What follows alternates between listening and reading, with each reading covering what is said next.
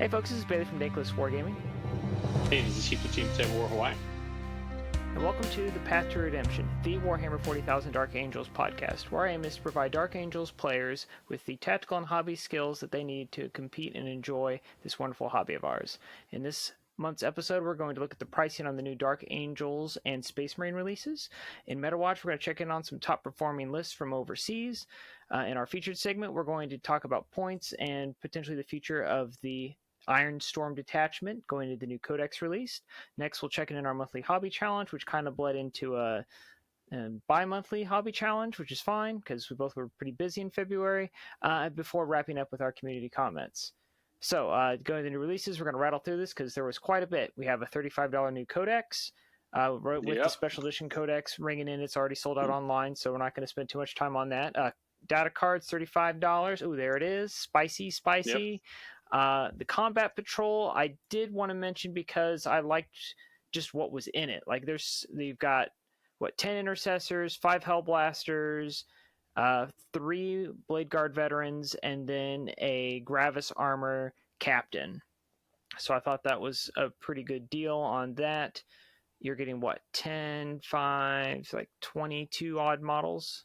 Not too bad. 19 models. It's all stuff that, if you've been playing Dark Angels for a long time, you probably have all this stuff, other than maybe that Gravis Captain model, because this is the, that single one that came out towards the end of the 9th edition, right, with the chain sword and the auto Bullstorm gauntlet. But if you're new to 40k or you're new to Dark Angels or Space Marines, this is a great box to collect.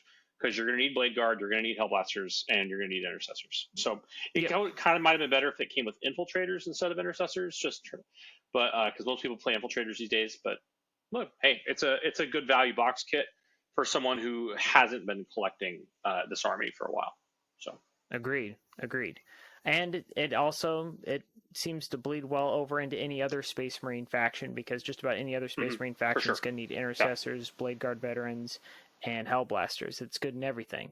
So good, well-rounded box at 160. Belial at 42. Upgrade sprues at 35, which this upgrade sprue is fantastic. He's got your extra watcher, all these hooded heads, shoulder pads.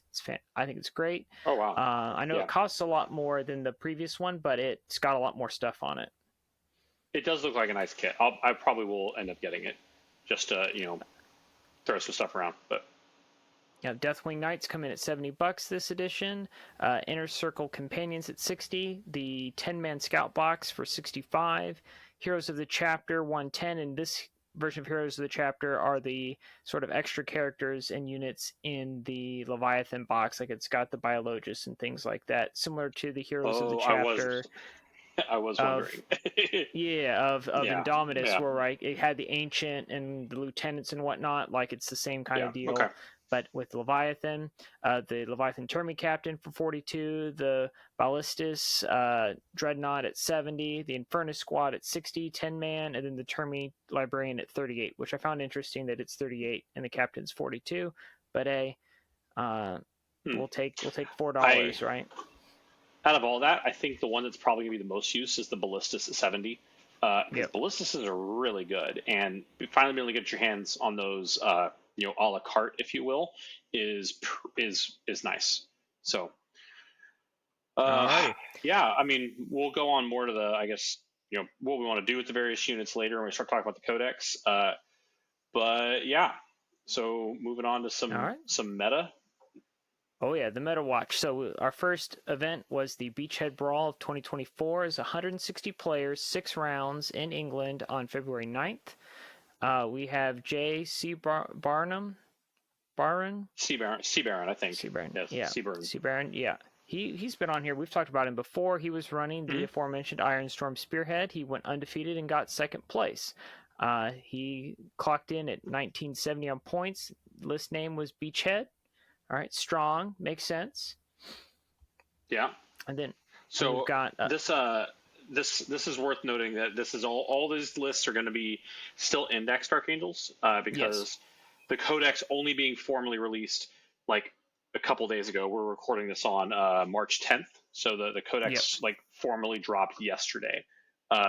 So all these things are still going to be within the Codex or the list lock window for any events that we're going to talk about.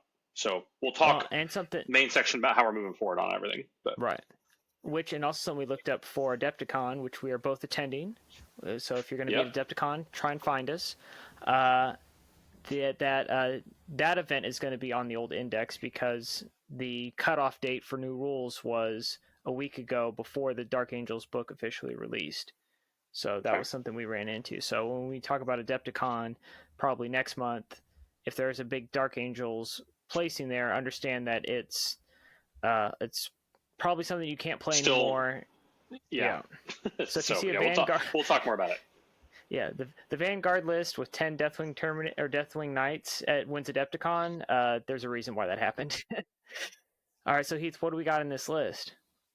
All right, so Ironstorm, the Ironstorm kind of list concept for Dark Angels revolves around the high damage plasma and Azrael for CP farming and the Dark Shroud to kind of make it more durable. And I think we had discussed what kind of this in the past. I ran into an Ironstorm list at last tournament, big tournament I went to, and how the Dark Shroud just kind of gives everything that little durability buff.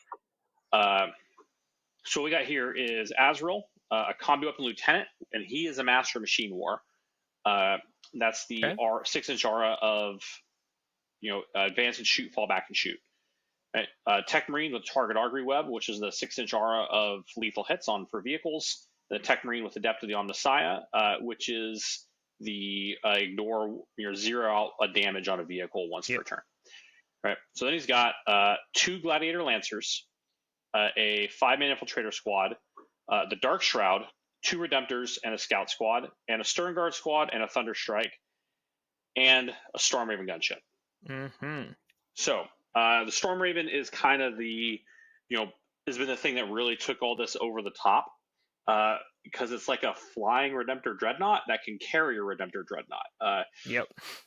The stuff it has is nuts. Its shooting profile is crazy. Which I'm gonna try and look up real quick because I wasn't thinking about that. But and I can vouch for this because I ran into a list with 2 of them at a tournament that I went to recently, and they are DACA ships for sure. Yeah, so there's a lot of interactions here that we've kind of been seeing and dancing around a lot. I have not had the opportunity to actually play this myself. I have 1 Storm Raven. I don't have 2, but I'm looking forward to giving it a try. And then I do want to talk at some point. Do we think that the Storm Raven kind of concept can be effective in lists that are not Ironstorm? Because what Ironstorm gives it is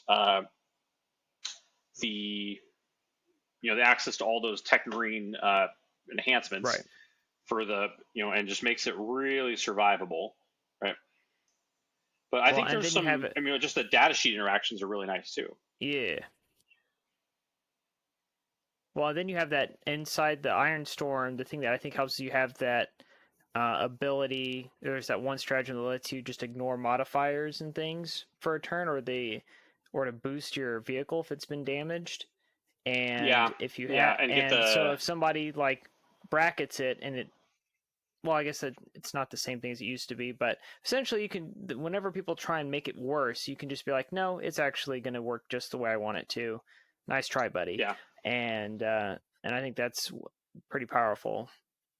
So the thing, Storm Ravens, right? So they have, they can take, let's see.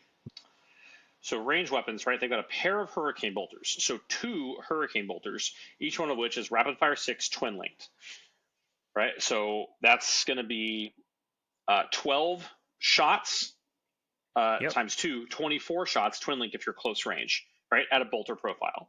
They have that Storm Strike missile launcher, which is a strength 10 flat 3 damage. They have a twin assault cannon, right? They can take a twin heavy bolter, right? They can take a twin heavy plasma cannon, and the twin heavy plasma cannon can it's 2 damage flat, overcharges to 3, right? And it's twin linked. They can take a twin multi melt set, like all this reroll wound stuff that is just great. So and they can have the hover mode options. They can start on the board and lose the aircraft keyword and all the negative connotations of that, as long as you can find terrain to hide it behind. So finding the terrain. Like, you gotta understand what terrain you're gonna be going into, and can you maneuver the giant flying barn that is a Storm Raven Yeah. around those things. So the thing, one of the things that Storm Raven does allow you to do is you can put one of your dreadnoughts in it, right, along with 12 infantry models, right. So this guy right here, he's got 10 stern guard, right. I'm assuming that those 10 stern guard with all their combi weapons are probably going to go in this thing. So, and that way, one of the dreadnoughts and the storm and these stern guard are just gonna yoink, move forward 20 inches, and then drop off, and now you have a dreadnought right in your face. The Dark Shroud giving the -1 to hit and the +1 cover, or the benefit of cover, interacts really nicely with the -1 damage the Storm Raven comes with natively.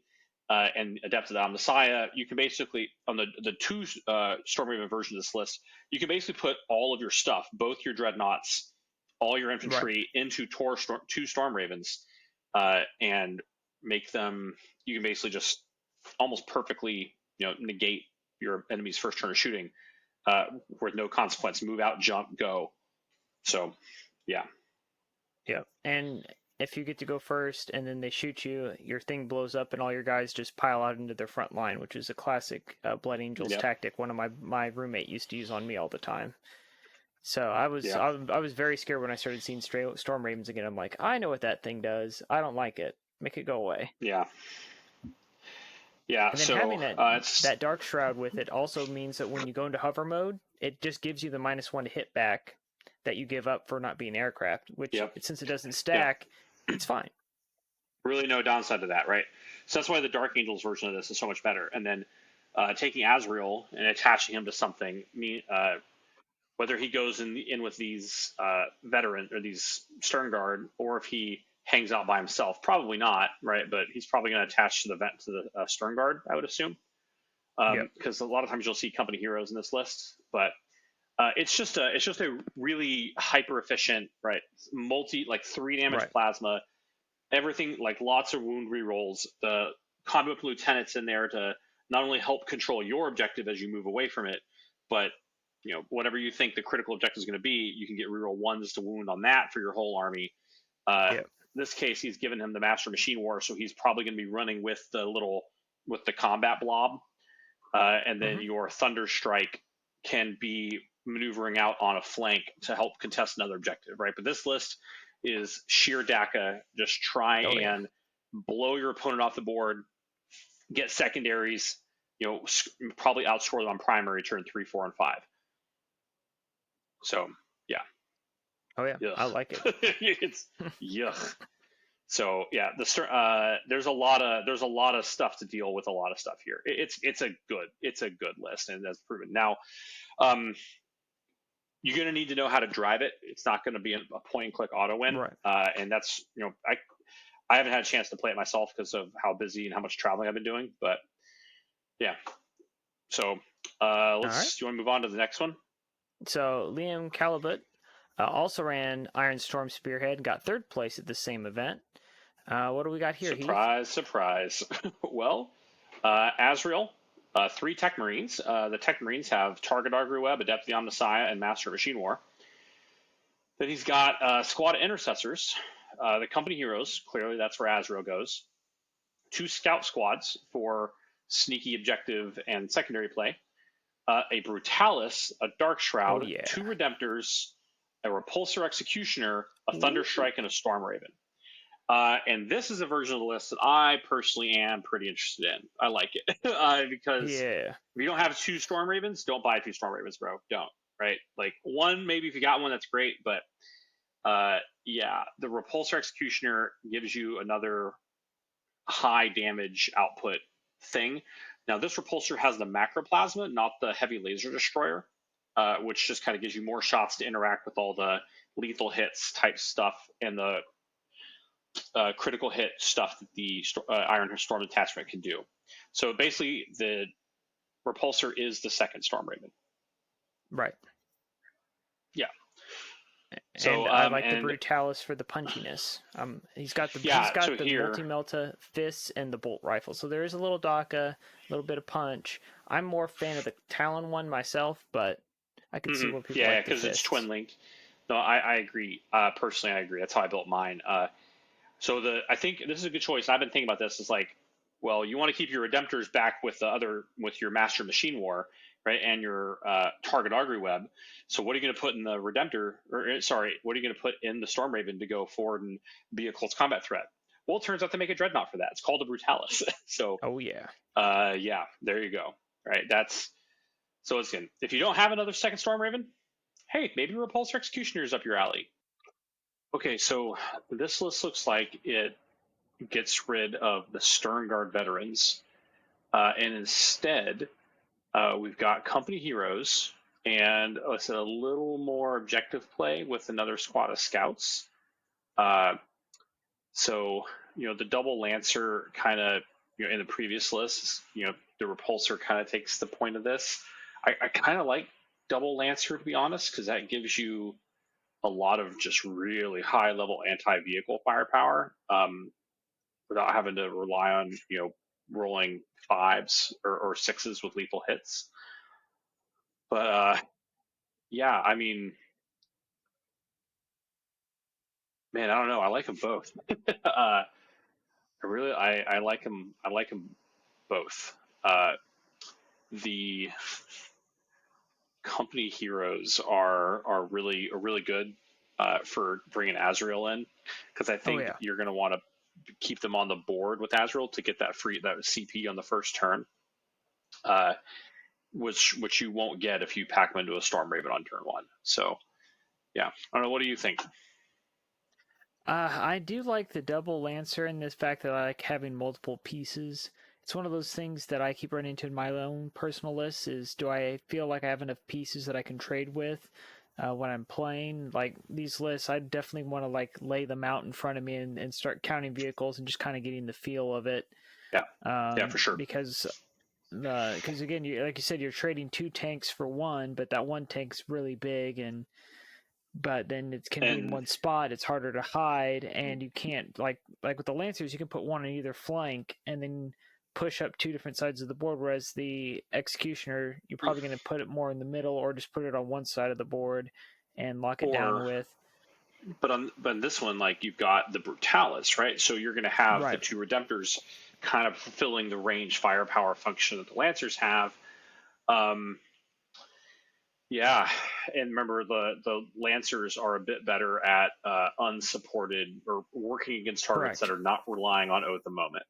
So yeah, and yeah. Anyway, so they're. I think it's probably I would have to try both a couple times to see which one I Right. like better. I maybe a little more leaning towards the double lancer, and I'd probably find something else to do with the stern guard. Uh, I'm a big fan these days of the having like the Ravenwing bike squad or the Ravenwing command squad attached to a bike squad. Gotcha. Obviously, they didn't have that option in here because it's pre-Codex, but just because that gives you some fast, high OC stuff. Anyway, uh, all right, yeah. So same that those two lists very similar in that they have very similar concepts, but do differ from each other in unique ways. These lists are both also, with the exception of the company heroes in the second list, are probably relatively unchanged by the Codex. So you Yep. could do that. Um, without saving 95 points on the company heroes here. I don't know because you would want to continue to take Azrael, but you'd probably just drop them into your intercessors instead, and then you could take a Calidus Assassin, and that would basically be a 1-for-1 swap. So It's yeah, funny you mentioned that because looking at our next list, oh yeah, from Dicebreaker, which it just says that you have to get on Turning Keeper to look at where this event came from. Uh, do you want to take a shot at this guy's name? oh Because I boy, think I'm looking at Griezlick, um, Griezlich. man, yeah, or like Polish Grillick. I don't know. There we go, man. Grillick? Yeah, there could be But yeah, Grillick. Yeah. it's a Vanguard Spearhead. So I like and here how they must have fixed objectives be a big part of their meta because he has already listed on his list what his assassinate points he gives up and what his big game hunter points he gives up, yeah, which is nice that people it's do really that. handy. And I know Real when handy. people ask me that, and I just kind of sit there and look kind of silly, and I'm like, yeah, I don't know. I got I didn't think man. I that don't far know. ahead, man. So yeah, But yeah. Grillick, I like the name of this list. Grillick Daka Kaboom. Yes, Grillick Daka Kaboom. So here's one that's got a fun name. I'm a Yeah. big fan of the fun name lists. And it's a So Vanguard Spearhead, so it changes things up, and he got second place. this is also kind of a different Vanguard Spearhead because Vanguards had kind of really fallen into a pretty normal kind of meta. You either go the heavy Yeah. Centurion or the big Deathwing Knight brick. Right. This one is a little different. So you have 2 librarians in Phobos armor, one with Shadow War veteran, and the other one with execute and redeploy. And then we've got a lieutenant with combi weapon.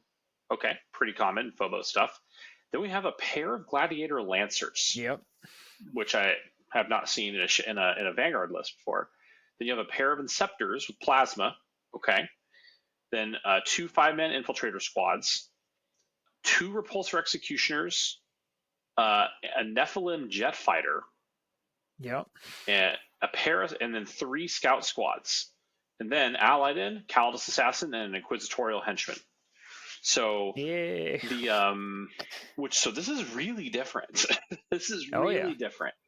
So the Nephilim is interesting. So it's got the Avenger Mega Bolter, right? It's got Black Yep. Sword missiles, but this thing is like against stuff that has fly. It is -1 to wound against that, right? So as normal, each time a ranged attack targets this model, subtract 1 from the hit roll. If that attack was made by a model that can fly, subtract 1 from the wound roll, and that is separate from the aircraft tag. So Oh, okay. that's its data sheet special rule called Light and Fast Maneuvers. It is always -1 to hit, even if it's not an aircraft. And if the attack originated from a model that can fly, it's also -1 to wound. Because do a barrel roll, Fox. So That would make yeah, if you got a lot of Tau in your meta, that would ruin their day real fast. Because like yeah. everything in their army has -1 to wound, or flies Well, basically. yeah. Also, a lot of Necron stuff, right? So your heavy destroyers, your Catan, Oh yeah. all that stuff flies, right? So that's actually a really interesting defensive buff that I had not known until, to be completely honest, I saw it on a Tabletop Tactics battle report this morning. I was like, oh, really? Okay. So yeah, they've got the Black Sword missiles, which are D6 damage. The Avenger Mega Bolter, which is 10 shots, sustained hits 1. Sorry, I'm leaning out of frame there to read the book, but It's all good. yeah, I mean, not bad. And this thing's relatively cheap. It's 195 points. It's cheaper than the Dark Talon, and it's got better range firepower uh, than the Dark Talon does. I actually played with the Dark Talon a couple days ago, and it was fine. It was actually pretty interesting. I'm Had a just hard trying time to get my pulling camera focus. to refocus on Yeah, me. Yeah, that's yeah. all. Okay. It's a lot of focus, but that's all right. No, and then if it hovers, right, you can hover mode it, right? Or is that just the Dark Talon? Because most Imperial Yeah, flyers it has hover. it has hover. It has hover. Yeah. And so in a Vanguard list where you have the -1 to hit at range, and it has a -1 Which to you don't wound. even need because it already has that. It already has Yeah. that. So it's more like I want to get it on turn 1. I want to have it on turn 1 Right. instead of putting it in reserve and having it come in on turn 2. So Yeah. No, I like that. Well, and this is something else where if you're getting a little kind of tired of playing the same list in Ironstorm, and like that, we just look at that last list or the 2 lists ago where they had the double answer. It's in this double repulsor, so you can kind of mix it up and not have to change out your models too much to do this and take advantage of the more defensive capabilities that you get from being in a Vanguard. If you've got a lot of stuff that flies in the meta, then that makes a lot of sense, to be honest. Yeah.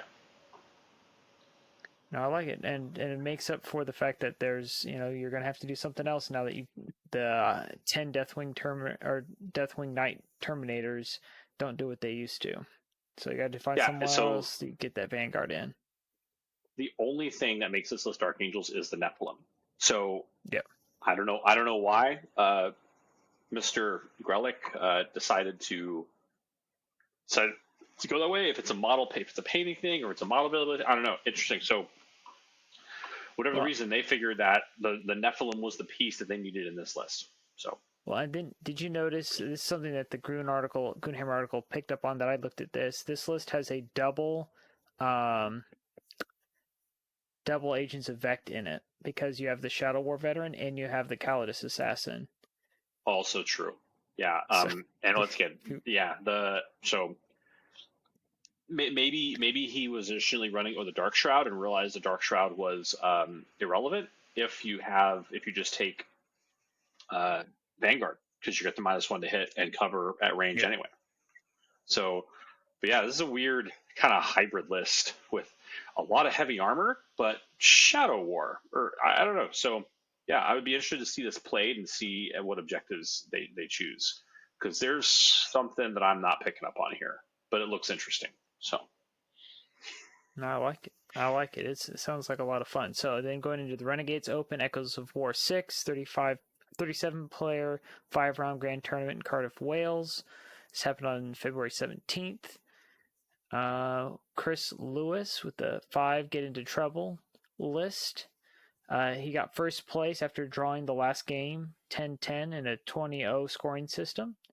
So let's see what we differential got here. WTC style scoring, yeah. So we got as a Vanguard list, Azrael, a Termi Chaplain with Blade Driven Deep. So you know what's about to happen here. Yeah. Librarian and Phobos armor with a Ghost Sweep cloak, so he is a lone operative. A Lieutenant with a Storm Shield, the Mastercraft's power weapon. And then 6 Centurion Devastators, 10 Deathwing Knights, 10 Hellblasters, 5 Infiltrators, a Land Raider Redeemer, 3 squads of Scouts. So just 3 big bricks. Hellblasters, Centurions, Knights. It's all about just bullying some stuff with that. So the Librarian is going to hang back and probably be your objective sitter. And yeah, that's cool. Yeah. So you're not going to see this list anymore because the Deathwing Knights are obviously gone, or of significantly less value. So I don't know what you would replace them with, and that's 6 aggressor blob. points. 6 aggressor blob. Yeah. Let's go. Yeah. So, all right. I'm sure we'll find something. So that concludes our meta rundown. The Ironstorm, like Dark Angels, have been doing really well with the Ironstorm list. There have been a lot of chatter on some of the Facebook pages, et cetera, about like, does the use of Dark Angels in Ironstorm artificially inflate the win percentage? Which basically comes down to a question: how does GW assess win percentages? Do they just look at faction, or do they look at faction plus detachment? Which doesn't really make a lot of sense for any other army other than Space Marines, because every Space Marine chapter has basically 9 different detachments to choose from, right? Well, I guess. Well, yeah. So Dark Angels do, right? So they've got the 6 baseline Marines, and then there are 3 unique ones. So it's I'm not sure the answer to that question is. The obvious implication being that if they apply a nerf based on overperformance of unit interactions with one specific detachment, it doesn't really reflect the lamentations we've been having about the strength of the detachments in our Codex supplement. So you would think that, well, okay, let's look at the prevalence of what detachments are being played, right? And if you literally never see the ones that are in this book, then obviously they need some adjustment. But that's clearly I would say probably most likely not going to happen for at least another 3 to 6 months. So look, you gotta match your circle of influence with your circle of responsibility. I can't. There's nothing we can do about it right now other than send them politely worded emails. Say, hey guys, please take a look at this. But other than that, they clearly thought it was okay. right? They play tested it, and now someone's going to go, no, they didn't. They never play test anything. Like, well, that's not true. So there's No, something right. in there that they think is worth this. So it's up to us to go figure it out. It's up to us to go and figure it out, right? I don't know. What do you think? Well, the biggest change there is like obviously they're going to get everybody to 9 detachments at some point, right? They're going to give Blood Angels 3 Yeah. specific ones. They're going to give Space Yeah. Wolves 3 specific ones. And I'm assuming like for example, like I'm thinking about the Space Wolves example. Like, are you going to go out and nerf the Stormlance detachment because Thunderwolf Cavalry are good in it? And that's literally like the only people playing it are Space Wolf players playing with Thunderwolf Cavalry into Mm-hmm. Stormlance. And then when they get their own detachment that's probably more wolf friendly, then they're just going to drop Stormlance and go straight to that, and then you'll never see Stormlance again. Right? So you don't want to nerf the White Scars players that are still trying to play Stormlance because Space Wolves or Dark Angels with the Black Knights and such in that list. Right, and I think that's where kind of they were mentioning the fact that like they're more interested. I think at some point they'd have to look at the detachments and the way that they explained 10th edition to us of it's not about the chapter, it's about the detachment. Eventually, I wouldn't be surprised seeing Meta Watch articles being, oh, it's about the detachments, and we don't actually Yeah. see like Ultramarines on the board anymore. It's just the Gladius detachment is doing this, and the Yeah. Ironstorm list is doing that. The big thing that, like, from the tournament that I played in a couple weeks ago, and I played as an Ironstorm list that had the double Storm Ravens, the 3 Redemptors, the Dark Shroud. It had the Talon Master, and right, the guy was sort of lamenting the Talon Master was going away and he didn't know what else to do, and so we ended up spending like our post game because I mean he just murdered me. Like I went in, I Mm-hmm. killed all the scouts, I killed a lot of the infantry, and then just couldn't chew through the Storm Raven -1 damage and the -1 to hit. It's Now I so did have much. It's so good. Yeah. Now I did spook him because I had the perfect counterplay because I was playing Firestorm Assault. So I had a librarian in a 10-man Hellblaster squad with Champion of Humanity, so he couldn't nerf my Hellblaster squad in any way. I could ignore all their Mm. modifiers, if I any or all Oh. modifiers on the Hellblasters. And when he saw that, he's like, "Wait, you can completely nerf my entire army is supposed to be -1 to hit with the Dark Shroud and all this, and you can just completely ignore all of it." And Just I'm ignore like, that. That's "Yeah." actually a really good point. Yeah, and so he was just like, yeah, where are those things? All right, my whole army is going to move wherever it has to so I can shoot at that Yeah. squad as fast as possible and kill as many of them as Yeah. possible right out the gate, which is exactly what he did. Just But smart. that is something, Yeah. yeah, it's good play, but that's something that I want to throw out there for anybody if you're running into Dark Shrouds and things and you're getting frustrated with them. You can run that detachment, run that enhancement on a librarian because they give you that mind fortress. You have the 4-up invuln like you get from Ezreal, and so you're giving up sustained hits, but you're Getting ignoring the it. You're ignore getting it damage back is by so good. yeah. That's really Uh, powerful. Wow. and so the That's crux of our yeah. post yeah. So the crux of our post game conversation was what does he put Master of Machine War on now that he can't bring a Talon Master, and he's afraid of like now my whole army is going to be limited by how far I can advance my Tech Marine every turn. And so we had the conversation of running a chaplain on bike because he moves 12 inches and you can upgrade him, right? Because you can't run semi-L with an upgrade or anything like that. And he was like, okay, sure, fine, but the big issue is that he doesn't fly. And I said, well, there is one character that flies, and I just finished painting one, but it's a little bit different. You probably have to get him a bodyguard troop. I was like, but you could put Master Machine War on a jump captain, and because he's Hmm. fast enough then to keep up with the vehicles without an advance roll, so you could fly him around, but you are going to have to put him with the little bodyguard so he doesn't get sniped. The problem with all that is that they don't have lone operative like the Tech Marines do. Right. So I look, you sure, cool. Oh, it's one guy and 5, 2 wound Marines. Right. Zorch, right? It's they're dead. I don't care, right? If I could draw a line of sight to it, even with a lot of lists, if I can't draw a line of sight to it, that's where all my stuff is going, right? To kill that guy. because the Tech Marines, thing that makes them interact super well with this is they have lone operative around vehicles, and the Talonmaster is great because it has lone op around stuff that flies. So when you put the Right. Dark Shroud next to it, it really just oh wow. so yeah. Yeah. Now there are some things that could to some extent mitigate that, like the like a Raven Wing command squad, because they are reasonably durable. That's like 9 toughness 5 wounds, and Yeah. you'll just keep getting one of them back up every turn as long as you'll kill that apothecary, because he's always been the last guy that goes. So yeah, that's there's something there. Now that's well because the character is the only one, the champion is the only one that gets the enhancement. So Gotcha. you can kill the ancient, and then when you kill the character, the enhancement goes away, right? And the apothecary just brings it back in the command phase, so it really maybe doesn't matter all that much. Right. So yeah, I guess that's probably fine.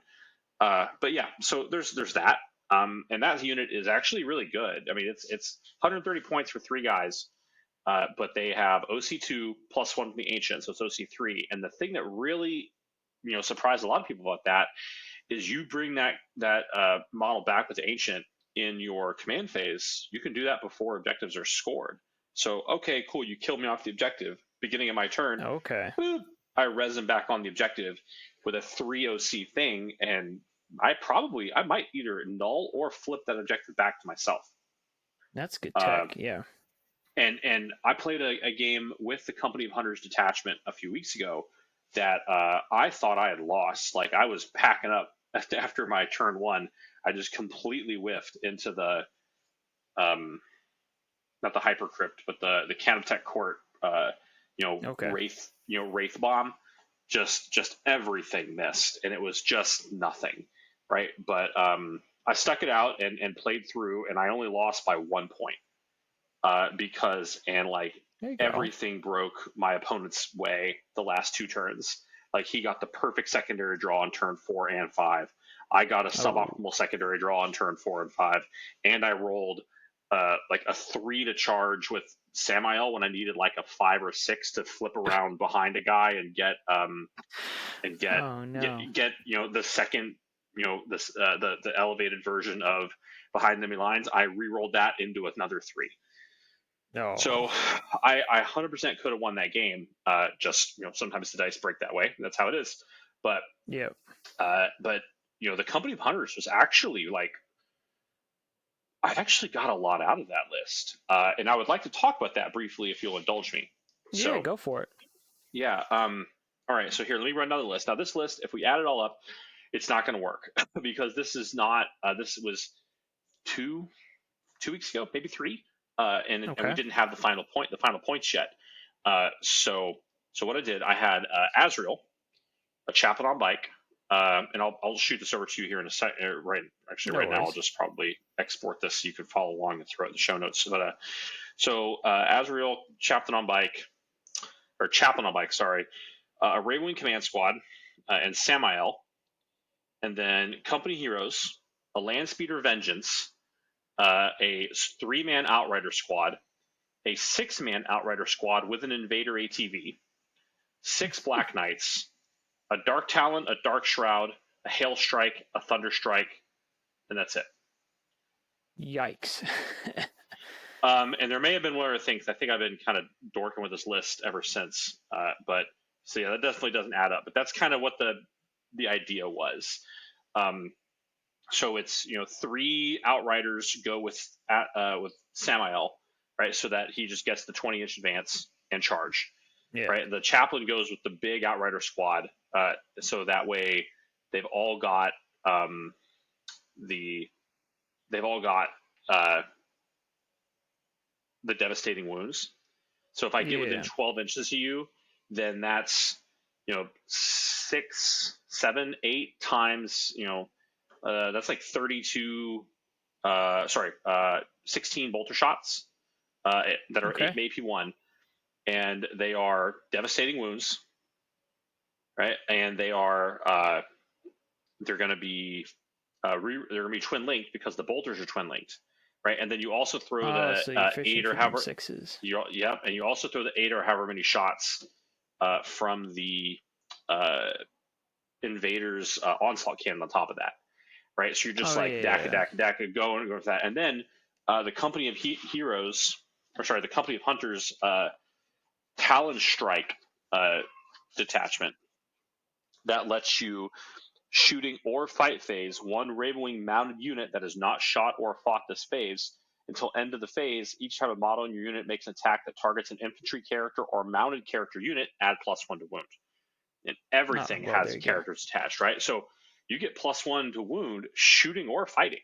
So with these bikes, so it's like, oh, hey, look at these 6 wraiths with an attached technomancer, right? And if you get within 9 inches of them, they do the reactive move away. If you're more than 12 inches away from them, you can't shoot them because he's going to do the lone op stratagem on them. So I just very carefully line them all up, right? And I move my my Dark Talon. So all that stuff was tucked in that 9 to 12 inch range band. Yeah. And then everything went into them, right? Nice. So they were my oath target. Everything just went crazy. And then you throw the hail strike on there for the additional -1 AP. You don't really need it against them because they have a 4 pinball save, but that also helps negate. Depending on the situation, if they're in cover, the hail strike effectively negates cover. So that's really nice. Right. And the hail strike's also on the list because that detachment. A lot of times they bring Illuminor Xeris, who has an aura ability that will debuff any attacking stuff by an additional point of AP that doesn't count as cover, so it stacks with cover. Oh, that's brutal. Yeah, so it's like you shoot into that. It's basically a aura armor of contempt, which is dumb. So shooting into immortals, and they're just like, well, I'm in cover and I have this, so your AP2 does nothing. Oh my god, get out of here. Yeah, that's brutal. But yeah, so you Talon Strike. Now all these things are wounding on 4s. They're all twin links, so you can re-roll and fish for all that stuff, and it's AP1. You're going to put them on their invul save. And I just kind of didn't roll that great, and he rolled pretty well in the saves. And they have a feel no pain because they have a Technomancer, and I killed 1.5 guys, and they all stood back up, whatever. But the principle, I don't know. I'd have to think about it. I'd have to try it some more. But in principle, it works kind of well. It gives you a lot of opportunity to fish for mortal wounds, right? And then once again, you can charge in afterwards if you want, and punching with a possible +1 to wound. Oh no, sorry, the chaplain gives them +1 to wound in combat. You don't even need to pay for it with a CP, right? -1 to hit, or sorry, -1 AP with the chainswords. It's pretty good. And they got a lot of attacks. And it's a lot of booty on the battlefield. They just have a lot of ability to absorb damage, and they're all 4 penalty pain against mortal wounds because the chaplain. Right, and then the Ravenwing Command Squad with the full-size Black Knight Squad. That's 9 models, right? And they're OC3 because the Ancient with +1 to advance and charge. So the thing you got to be careful about with them is not yeeting them out into the world, right? So I just kind of moved them over, develop their position, hit them behind a thing or behind a building, walked up and kind of touched the objective with a couple of 2 of them. And then he shot at him with the ones he could see, and I killed the ones I couldn't see, and then I killed the one that was, and then, killed the one that was on the objective. He's like, okay, cool, knocked out the objective, right? And then next turn, Apothecary brings him back, boom, he's on the objective again. He's like, wait, what? He's like, yeah, Apothecary. Yeah. He's like, oh no, this is gonna be so frustrating. So the 9-man Black Knight brick, well, it's decent. I'm a fan. It's expensive, 130 points for the 3 command squad, and then it's 180. Looking at my point list over here, the Black Knight. So all told, it's 310 points for 9 bikes. That when you get 1 back every turn, they're +1 advanced charge, all this stuff. But that being said, there is there's a lot of shooting potential in that list. Oh yeah. So if you just talk about that squad real quick, or that unit, move away from Company of Hunters, just go look at Gladius. If you give that the champion fire discipline, Yeah. and then put them into the Devastator doctrine, holy crap! Yeah, it's a It lot ends of up being shots. it's 20. It's like, so 9 times 3 would be 27 shots, sustained hits on fives. Right, that's AP 4 if you overcharge it and ignore cover. Yeah. That's something.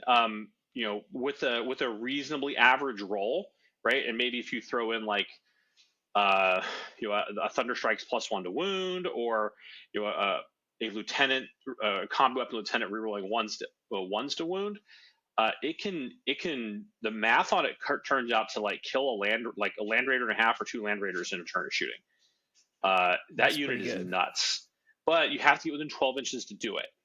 And so you're Right. basically, unless just the geometry of the situation lines up perfectly in your favor, you're going to trade for it. But it's scary when it works. It's scary when it works. So, Well, and I would like, I mean, how long ago was it that the 10-man Black Knight lists were popular? Do you remember those? We were when there was like that was tail multiple end. even Yeah, sometimes. that was tail And end of ninth. Yeah, I remember that, and I was so always we lamenting I might. could never figure out how to use Yeah. Yeah, the huge exactly. I Black mean, Knight. Yeah, we were always like, we got to figure out yeah, what the sauce is because people got it. So maybe that might be something fun coming into this hmm new codex while people yeah. are lamenting their and everyone's cheering the death of the Death Wing Knight 10-man blob list, not realizing that Games Workshop gave us back the 9-man Black Knight squad list, and it's even worse and more oppressive because it has a lot more I don't know. DACA. It has all the DACA on I top don't of know. +1 to wound. It's only going to be +1 wound against the vehicles and monsters. But it's going to be, in Company of Hunters, you can just, oh, hey, if I'm shooting into something with a character, +1 to wound, right? So, which is Right. a nice pairing with the having a Thunder Strike in the list, because the Thunder Strike gives you +1 against vehicles and monsters, right? Right. Which basically, some combination of those two things, you're going to be able to get +1 to wound against basically anything.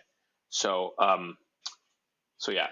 Now, I think, so let's go back and look at this Company of Hunters detachment, because I Okay. think there's a lot of conversation going on in the Dark Angels community about Inner Circle and how to use it and how this, and I don't have any personal experience with it. Okay, I played Inner Circle once and just got raffle stomped, Okay.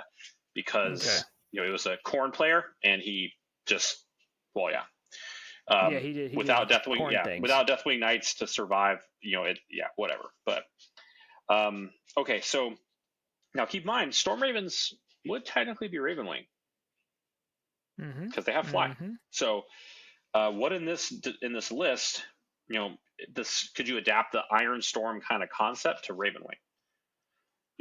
So a Hunter's Okay. Trail, Yeah. Hunter's Trail is pretty good, right? That'll let a Ravenwing bike unit get up there and tag a objective. So if you say, like, let's say you bring your big Black Knight blob with your command squad, right, and you give it the Recon Hunter upgrade, which is, now that we have real points, we can talk about real stuff. Recon Let's Hunter go. is 20 points. So that turns that into a 330 point unit.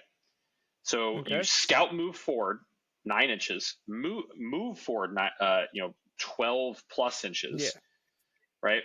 Hit and so if you can scout move 9 inches and touch a mid board objective, then in your command phase you can Hunter's Trail it. Boom! Now it's mine. Right, and the Right. thing that kind of makes that less appealing for normal type kind of Company of Hunters play is that you might not have the mass to defend that objective on turn 1. Now, if Right. you're playing kind of an Ironstorm style thing where you've got a Dark Shroud and a Storm Raven and maybe a couple of dreadnoughts, maybe you will. So you Right. just move the bikes up, right, and then boom, your Storm Raven's there, right? Your dreadnought jumps out, right? Blah blah blah blah. And so if they want to go contest that objective, they are going to have to assess, adjudicate with a lot of stuff. Now, if you hunters trail it, you can move away from it at any point in the future and still own it, as long as it wasn't controlled by an enemy at some point during that. So if you do that turn one, top of turn one, they may forget, oh, hey, by the way, I've stickied that and I can move away from it. So there's something like that. And the Talon Strike really makes that unit punch up a little bit. It really does. Because now that unit of 9 bikes with plasma is going to wound anything in the game on force. Unless they have -1 to wound, obviously.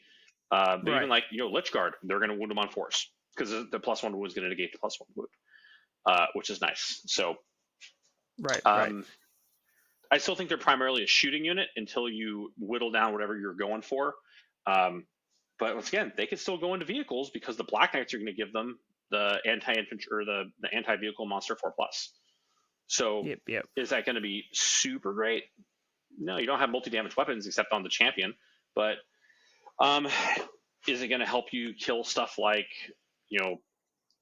armored sentinels? Yeah, right. It's going to help you kill stuff, kill Catan.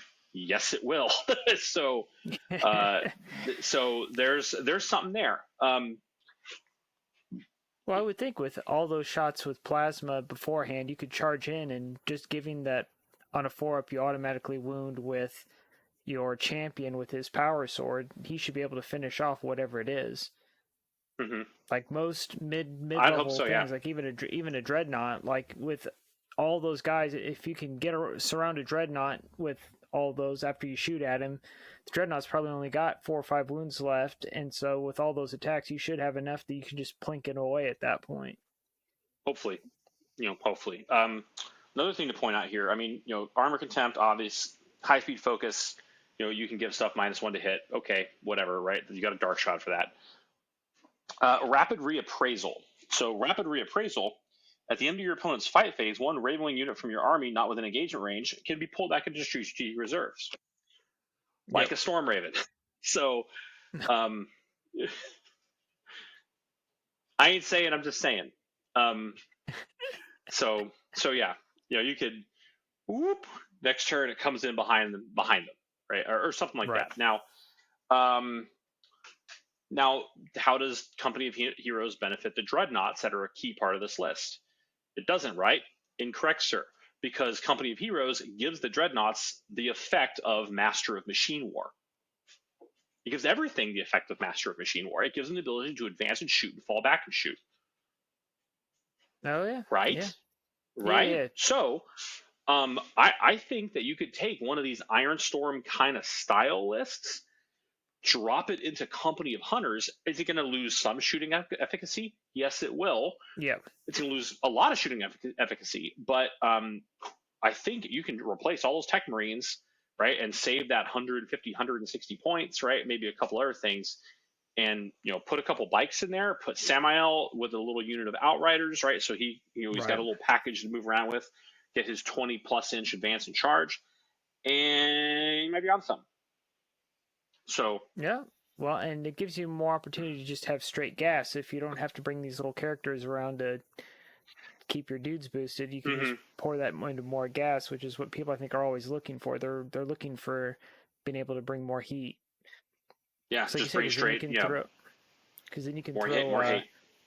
Yep, throw in a Lancer, which doesn't need a lot of support, and you can throw it off on the side of the table and kind of lock down the side of the table. And if it gets charged, it falls back and it shoots, or it advances and shoots to get into position. And I like it. And then the other thing too, if you have that big Black Knight squad, having that stratagem helps. Where if you get baited into pulling it out of position, where you can just pull it up and then redeploy it somewhere else, more advantageous. Yeah, I know sometimes when people see those kinds of things, they can pull you. Yeah, people will pull you to the wrong side of the board and go to the other side. And now all of a sudden, no matter, even though your bikes, it still takes 2 turns to get to the other side of the board potentially, if they did things right. It's like, nope, I'm just going to end up right back over here now. So you Yeah. don't lose. So as soon as you can just get them out now. So I said I think there's something there. I'll try and play around with it. I don't know if I'm going to be able to bring a Storm Raven to Adepticon. I don't know. I have to see what my packing situation looks like. Because unlike you, I can't drive there. So Right. but yeah. So I'm interested. I don't think I'm going to get a chance to play a game between now and then, honestly, because I just got back from travel yesterday. I had to go to Right. Arizona for a couple days for work, and that's like 8 days from now is when I'm flying out. So it's next Tuesday.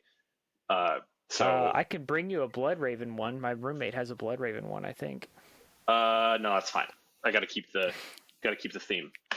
Gotcha. So mine is not well painted, to be completely honest.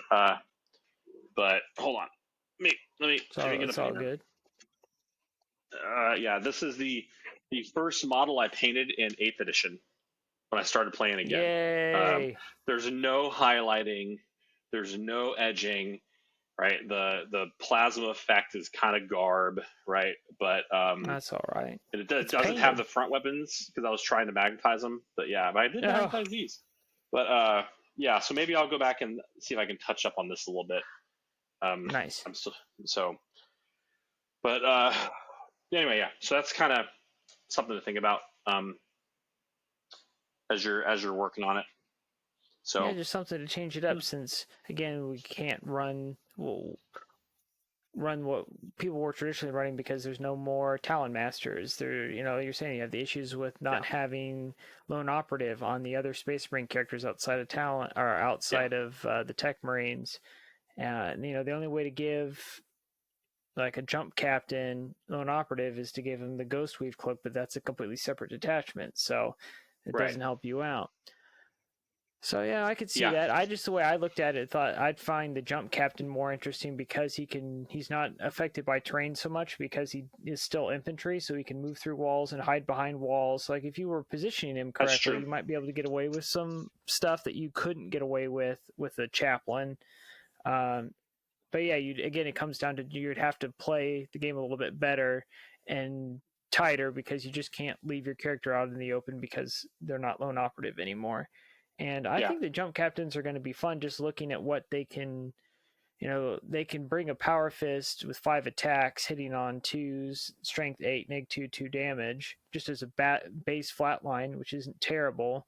And then depending on what other detachments you're running, you can really spike that. Like if you run Unforgiven and give him the +1 strength, +1 attack, +1 damage, all of a sudden he's running around with the classic power fist or a Thunderhammer. Thunderhammer, Yeah. Yeah. And then if you Once make again, the mistake of battle shot, put him in your Storm Raven. So when the Storm Raven blows up and he comes out battle shocked, now all of a sudden he's damage 4. Oh my. Because you can put those things with jump packs into Storm Ravens, right? Yes, you can. Yeah. Oh God. Okay. We're here. That's the thing you could do. We may have just unlocked the Unforgiven attachment right there with Storm Ravens. I don't know about that. I don't know about that. But there's So you want to try it though. let me tell you about this Dark Talon. So I ran the Dark Talon, and I actually had a lot of luck with it. So sorry, I keep looking outside because I keep hearing rain. But okay, so this game I played, right? So he put the Canoptech Court Wraith Blob right in the middle, right? He moved up with them, and once again, if you get within 9 inches of them, they run away. It's just so annoying, right? They made every stratagem and enhancement in that detachment works perfectly well with everything in the Codex. It's a great written detachment. But it turns out I had the tools to deal with that. So, because I moved up, I shot everything, nothing really happened, right? He charged into me, right? Did a bunch of, and they're like, and every Necron player does this, like, oh, the Wraiths, they kind of suck. They're not really that great in combat. Their damage output's not really there, right? It's like they've only got 4 attacks each at AP 1, 2 damage, and strength 6. I'm like, bro, what? That's amazing. They only hit on 4s. It doesn't matter because you're always in your stupid power matrix and reroll everything. Oh well, it's not really. Gosh. Anyway, so He charged into my bikes, right? And one thing that the big bike or outrider squads are great for is just absorbing a lot of damage, right? Because it's just a lot of wounds. So he does a bunch of Yep. damage. I fight back. I'm +1 to wound. I don't do a whole lot because bike chaplains don't do much in combat. They just don't. AP1 isn't enough to do anything. But so the next turn, I think he was thinking I was going to fall everything back, right, and then try and keep shooting them instead. And then when he does that, he can do the start doing his little movement shenanigans. Instead, what I did, and I think this is the thing you have to be able to do as a Raven player, is move forward. Right, you're gonna always attack forward. You're always gonna be flowing and Yep. moving. So I fell back in forward around him, right, so I could get that unit into the middle of the board behind him. Everybody else just kind of cordoned up and locked him in. And then I moved the Dark Talon over him and landed over by one of his other things I could shoot at. And I dropped this stasis bomb on him. The stasis bomb does D3 mortal wounds. And on a roll of a 1 to a 3, then you roll a D6. On a 1 to 3, the unit cannot advance or fall back in your opponent's next movement phase. On a 4 through 6, the unit must remain stationary in your opponent's next movement phase. So I roll a 4, so the rates are required to remain stationary. That's dirty. Yeah, That's really dirty. And then once again, everything goes into them, right? Because I can shoot the bikes because Company of Hunters, right? And my Azrael Company Heroes was sitting around the corner and just puts into it and managed to get a lot of I was playing the 2-3 damage land speeder vengeances because I was paying the points for them. So by God, I was going to use them. Right.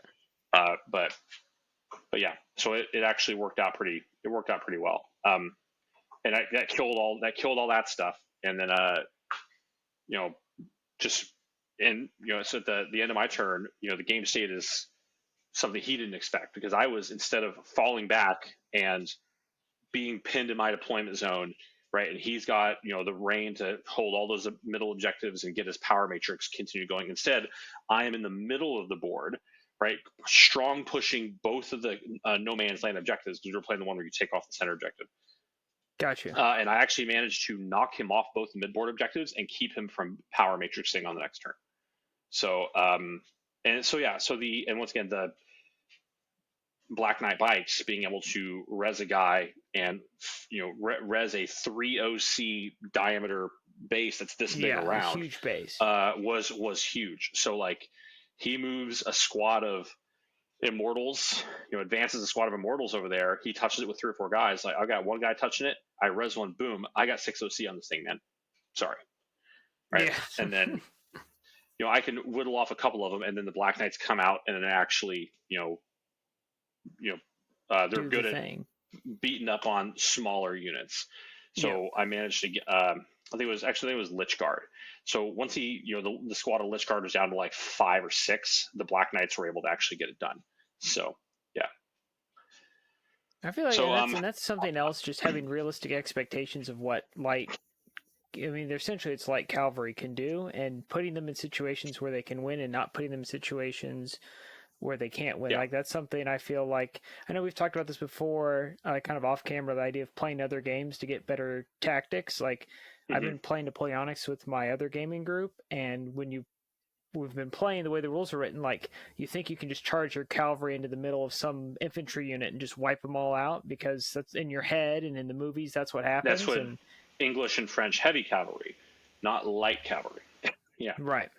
And so like just the way learning all these little like techniques of like positioning and knowing when to strike a weakened enemy and when to just kind of pull back is something I've been bringing over into my 40K game when using some of these sort of lighter cavalry style units or lighter tank units, because like, hey, you don't want to just keep putting these, the whole, these guys suck because they're no good. It's like, it's not that they're not good. It's you're putting them in situations where they can't win. And I know I'm terrible at this, right? And that's something that like with these Black Knights, you're going to have to really learn what is the situation where they always win. So they have that, Napoleon's Imperial Guard reputation of they always win. Well, why? Because he never put them somewhere where he thought they would lose.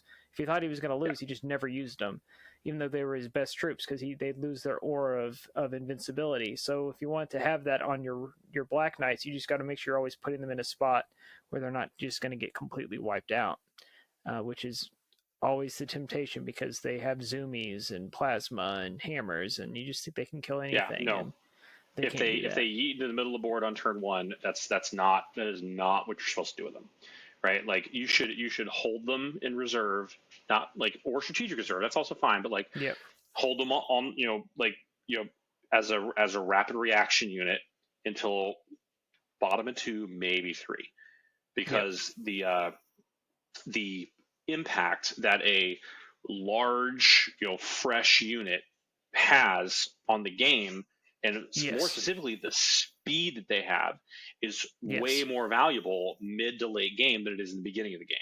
Because at that point, right, you're providing an opportunity risk to your opponent. Because turn one, they have all their tools, right? He or she Right. has all their guns, all their combos are intact. They're just like the first drive in a football game. You're executing Right. on a script, right? You don't make mistakes when you're executing on a script usually, right? Because Right. Right. you've already thought that part of the game plan out. Turn three, turn four, now you're you're playing down a couple men, right? Because Yeah. you need to make that when you can bring a fresh resource in that late in the game, right? You're providing a lot more risk to them, and I think that's one of the things that this like kind of Ironstorm Storm Raven type thing. Hey, just put a couple of Redemptors and a Storm Raven out there, lock it all up, Yep. and say, hey, I've got a heavy shooting core that's really durable. Yep. And guess what? It can all advance and shoot. And I didn't need to pay 25 points and have Tech Marines running around everywhere to do that. Now, are you going to? Is it going to be having lethal hits everywhere? No, it's not. 3 damage plasma, still 3 damage plasma, right? Yep. And if you Especially when have they're not a getting the return on yeah that, right? People are shooting them with 3 yeah damage plasma and only doing 2, and people don't right usually have the math built for that. yeah, the -1 damage really messes people up. And once again, you're not, you're getting an advantage on this too. So because you're paying, let me look at this back to this guy's list. I'm paying, well, where's these Tech Marines at? 95, 80, 75, right? I'm paying 240 points less worth of characters and enhancements to make Yeah. this list work, right? Because the Master Machine War that you would pay 75 points for and have to keep a Tech Marine running around don't need it. It's already got it. I would like to have a deputy on the side, but I don't. But instead, I have a 1 CP stratagem to just boop, boop. My Storm Raven just engages its ECM, goes dark, and flies to the other side of the board. So I haven't tried this. Said maybe I'm talking on my butt, but that's I think this is one of the things I really like about this time in the show and like in the Codex Life is we're just riffing, right? We look at the stuff and we see, okay, how can we change this? How can we make it work? So, and I feel like that's always key going into new codexes or codices, especially like everyone's kind of butthurt, like keep bringing up about the Deathwing Knight. So don't look at it as oh no, I can't play with my 10 Deathwing Knight Vanguard blob anymore. Go, hey, how do I get this Storm Raven to do this? How do I, what else can I play with? Go dust off your old model that you got back in 8th edition and repaint it, and like now you have a reason to bring it out. Like everybody else is going to be running around because this is going to happen at when you get to Adepticon. I bet Storm Ravens are going to be sold out everywhere because there's going to be a lot of Storm Ravens. You need to be teching into Storm Ravens for Adepticon or any other events coming up. Like I said, I do want to acknowledge people's trauma with the Inner Circle detachment because a lot of Dark Angels players started in 9th because Deathwing Terminators were so cool. damn good. I love, and they're so cool. good. And now it's really hard to do that same thing, right? That sucks. I agree. I have 2 whole shelves over there full of Deathwing Terminators, and they're going to get less play this edition. It seems like so, but we're here. I mean, that's the nature. 40K is a cyclic game. Some stuff is good, some editions, some stuff is bad, other editions, and you play for a few years and you end up with a big collection. You just kind of Exactly. rotate through what's in vogue. This Storm Raven is covered in dust. It has not been off my shelf in probably 5 years. It has Yeah. not come off that shelf since I put it in that shelf, 6 months after I bought this house. So, so here we go. Like I said, maybe it's gonna get an update to paint job. Maybe I get that Dark Angels upgrade sprue and throw a couple more little Yeah. throw Yeah. some jazz hands on there, right? He's gonna go back to the armory, right? He's gonna get a little spiff, right? He's gonna get some I drip. can I See can what bring you goes. some So, Dark Angels vehicle upgrade sprue bits that I have laying I have around. so many, bro. You don't Oh, even. you I have have all those? so You're all many. good? Oh my Okay. god, I have so many. I Like always from buy them. all the land speeder kits I have. Oh my god, I Oh, have so okay. many. Good, good, good. So yeah. Anyway, I okay. love I it. think we should probably reserve the conversation about the inner circle attachment for another show. Gotcha. So we get maybe some more experience or more CN, or maybe we bring somebody on. But I just don't have enough knowledge to talk about it No, it's fair. intelligently right now. So Well, we can yeah, talk about the monthly challenge where I do have some Deathwing to show off. Where I do need to okay. get the new Deathwing Knight kit because I realized. So this is where I'm at it. Let's see what you think. So I've got we were supposed to do Leviathan Captain or something from Leviathan. And I'm like, well, I'll get out my captain. Mm-hmm. As you can see, he's got backpack game strong. He's got the hooded head. Backpack game Uh, is strong. got That him looks the nice. Yeah. shoulder pad. And then the other thing I did is I have the original Deathwing Knight arm and shield, and because I have a bunch of these just laying around, and I Mm-hmm. didn't glue it. I was trying to magnetize it, but I couldn't get it to work, and I got frustrated. So I just was like, you know what, forget it. I'm just going to do the shield because I think that'll be the coolest way to build him. And then as I worked on him, I realized that this is a baby Marine. This is the old Terminator arm, so it's not scaled to fit the Leviathan Terminator. That's true. That's true. And so I'm sitting here with, I mean, he's fully painted because I wanted to have a fully painted model, but I'm kind of waiting with this arm off because I'm thinking once I get the actual Deathwing Knight kit, because I'm going to get the new one, regardless, as much as I've talked smack this episode, it seems like I'm still going to buy it because they're new minis and they look cool eventually. And I'm like, well, I'll just hopefully there's a spare Deathwing Terminator shield in there somewhere that I can grab and throw on this guy, and then I'll have it in true scale. And that's kind of the moment that I'm waiting for to finish him off. But I did put a little homage to my original Terminator, our Tyranid army, the Okay. little dead Oh yeah. Tyranid head on the base. I painted it in my Mm-hmm. original chocolate nid color scheme, which is what I also did on my Combi Lieutenant as well. So trying to spread that love. I actually met the guy that bought some of them the other day. Yeah, I was like, oh, look, there they are. I know where that came from. But that's what I got done hobby wise. Plus, this morning I was also part of that Leviathan deal. I started just kind of There on you the go. side Yeah. working on one of Yeah. these. As you can see, I got the shoulder or Oh yeah, that's good. got the there, and then I got one on the chest here, and Mm-hmm. just trying to One add of a the things little Dark Angels love to it.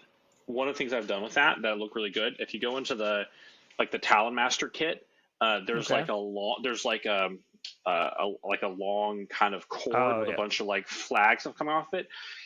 It will go from the tip of the las cannon to the housing for the weapon, and so you kind of get Okay. this kind of Tibetan prayer flag kind of look, where it's Oh, just like kind of yeah. draped and it looks cool. I've done that on mine. Right, that actually goes really Okay. well on the storm speeders as well. So it's rapidly becoming one of my favorite Yep. pieces of swag. So Yep. It's on my storm speeders. I did put that on one of mine. That's a cool bit. You do have to protect it, and you do have to make sure you secure it on there yes, very well because I've broken it off several times on my storm yeah, speeder. yeah, But it is a cool bit. I love yeah. that bit. Did you get Okay. it? What you got, Heath? uh, you remember those pictures I sent you a couple weeks ago? Yeah. So you may, if you're watching at home, you may have noticed that I am, not in the normal view from what I normally am, because I'm in mobile mode right now.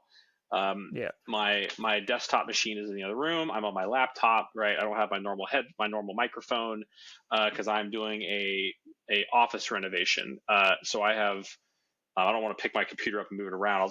We'll just put some pictures in here. But I bought a set of workbenches that I am currently going through and building a bookshelf out of iron plumbing pipe, and that It's has very cool. turned into a way larger project. I mean, it's the scale I kind of thought it was going to be, but just the effort required has turned out to be larger than I thought. Mostly because these pipes are like getting to the point where they're protected. Like they come in either literally coated in oil, or coated in this stuff called mill scale, which is like this super nasty tarry black paint. Ew. And getting all that, because that's corrosion protection, because iron or mild steel is notorious for just rusting, especially in the environment I have here. I literally live in a rainforest. Yeah. So on the windward side of the island of Oahu. So going through like getting all that stuff stripped out and getting it all cleaned up and this and was like, I kind of budgeted a few hours to do it, and it took a few days, took a whole weekend. So I ended up with a Home Depot bucket full of just sections of pipe. And when I went on this trip this last week, came back and okay, I'm gonna put this thing together today before I go on the show. And turns out that a lot of the corrosion prevention stuff that was recommended to me by YouTube is not as effective as I thought. So now I've got to go back and redo some of that. So that's kind of where my hobby has been. I haven't done anything model or painting wise in the last few weeks. That being said, when it's done, it will be ultimate hobby, because it'll be really cool. But I can vouch for how cool it is. So I think we'll count that, just because like you gotta take care of your hobby space. I did take like this morning. I spent some time organizing my hobby space because it's been a wreck with people coming and staying that I wasn't expecting. Because my guest room is my hobby room, so it's like, oh, I can't be at my computer, can't paint because there's people's sleeping in there, ruining my routine and things like that. So I get it, man. Like you got to have that.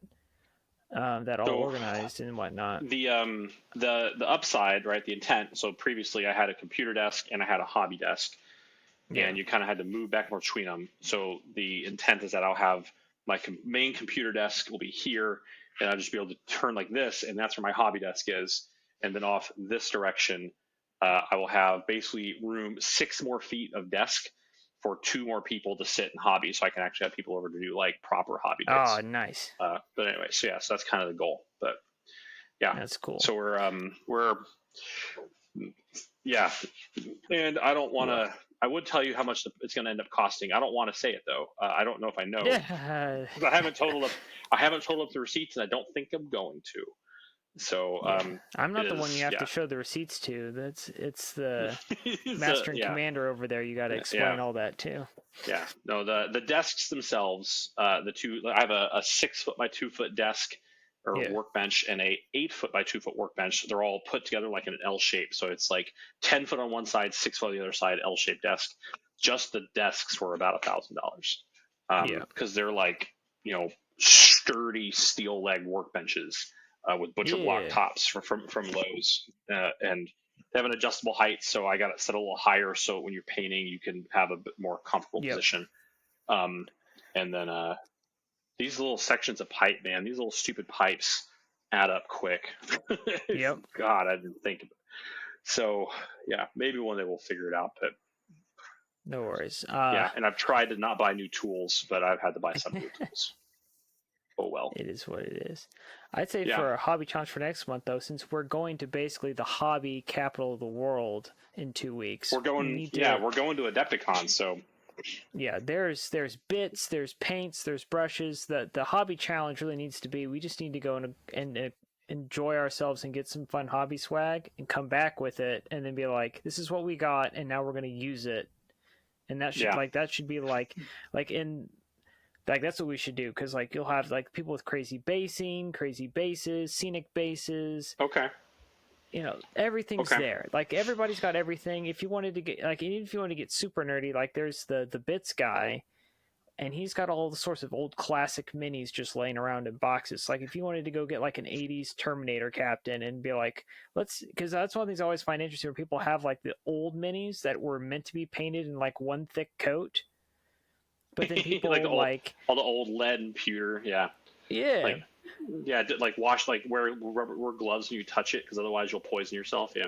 Yeah. But then, like, people take those and then apply modern painting techniques to them, and then they just look a bazillion times different than what you see in the old catalogs and codexes because Yeah. people just paint differently now. Yeah. So, Yeah. that's something else So we yeah, can do. So, a lot of fun. We will provide. I don't know if we'll have the time to do a live show at Adepticon, but we'll certainly give it a punt and see what happens. I'm not playing in the tournament. My boy Joe is. He's bringing Necrons, but we're both going to be there. I will be working at the Table War booth for a few days. Our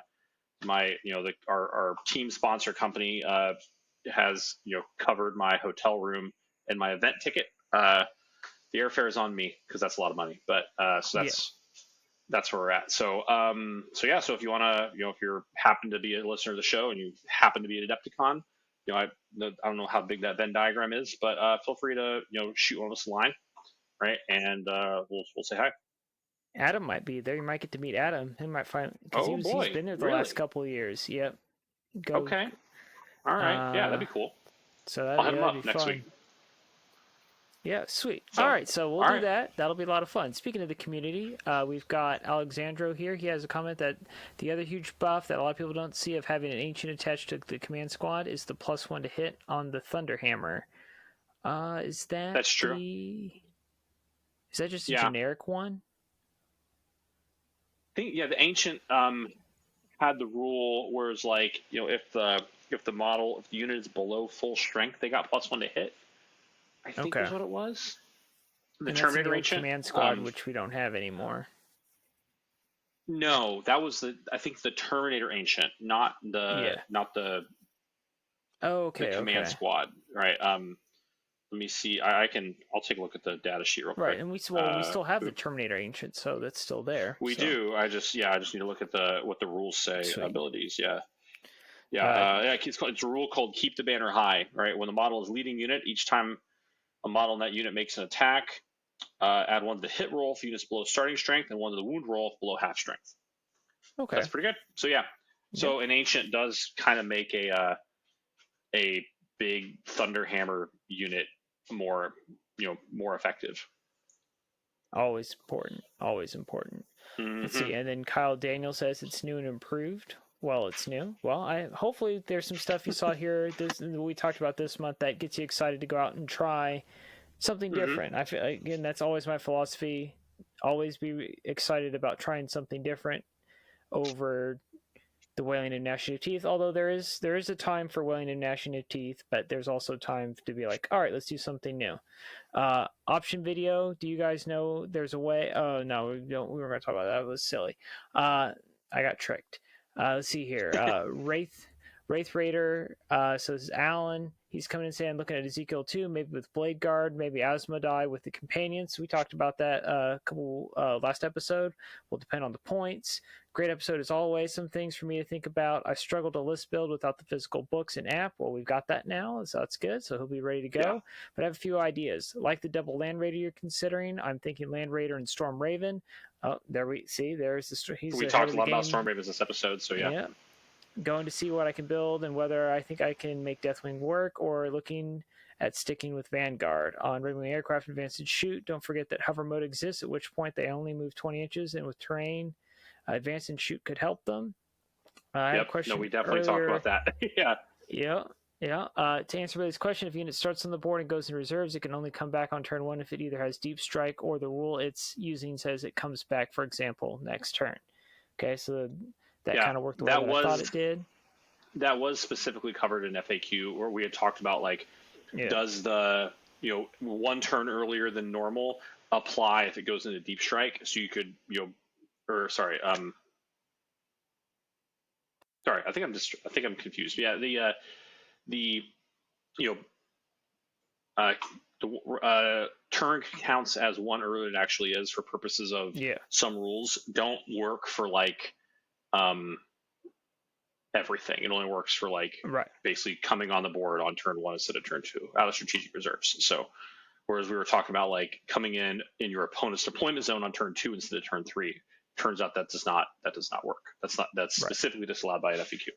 So right. Infiltrators can take both equipment upgrades, but one needs to be on a different model. So the Field of Pain is amazing, but the CP1 can be good once Azrael dies, or he's in a Storm Raven, for example. I found this unit is the last one to live if I'm being tabled. All right. So the CP generator, the CP generation for infiltrators only works if you use a stratagem on the infiltrators. You get to roll a die and see if you get it back. So yeah. Okay, and then what annoys me about high-speed focus and ride hard, ride fast exists, which is -1 to hit and wound. Yep, it's always annoying when somebody has something that does the same things at the same cost plus some. But just better. It's 40k. It's 40k. Just better. That's how it is. Yeah. So. Awesome. All well, right. I think that wraps us up for this sort of February-March episode. And I know Heath's had a lot with his renovations. I don't want to get too much into what I was going on, but I had a lot of stuff with work, and then we had a passing in the family, and then another passing in a friends group. So in our local 40k community. So February was not a fun month. That sucks, dude. I'm sorry, man. I appreciate that. But yeah, that's why February just kind of came and went, and I'm like, oh no, it's March and we didn't do the podcast. Well, I mean, also, you know, the book and a lot of stuff was in flux, and we kind of talked about trying to do it, but without the final point values, like we still would have had questions. So I think it made sense to wait until we finally had the whole picture, right? Because for the last 2 or 3 months, we've had pieces, and we just weren't able to really definitively say this is how it is. So. Yeah, but there are still a couple of outstanding questions. Like as of right now, Azrael cannot join Company of Heroes. So I'm hoping that at the week 2 FAQ after book drop, maybe they'll fix that, or they won't. I don't know. Maybe throw them into Inner Circle Companions. I'm not sure. But yeah. I at least got to play with mine a couple times after I painted them for the podcast, so I'm happy. Okay. If they have to go on the shelf, that's fine. It is what it is. Just like the Storm Raven. 5 years and a little dust, they'll come back out again. It's fine. Yeah. All right. So, thank you everyone for listening to this month's episode of the Path to Redemption, the Warhammer 40,000 Dark Angels podcast. Our next episode will come out sometime after Adepticon. If not after Adepticon, but there might be something in addition to, maybe with at least a reel of maybe some pictures at Adepticon, so it'll be fun. Just keep watching the spaces and the social medias. Please subscribe, like, and comment below if you are watching us on YouTube or listening to us on your favorite podcasting service. And last but not least, we'd like to thank Purple Planet for the use of their music. Until next time, I'm Bailey from Dankless Wargaming. This is Heath with Table War Hawaii. Stay loyal, Angels.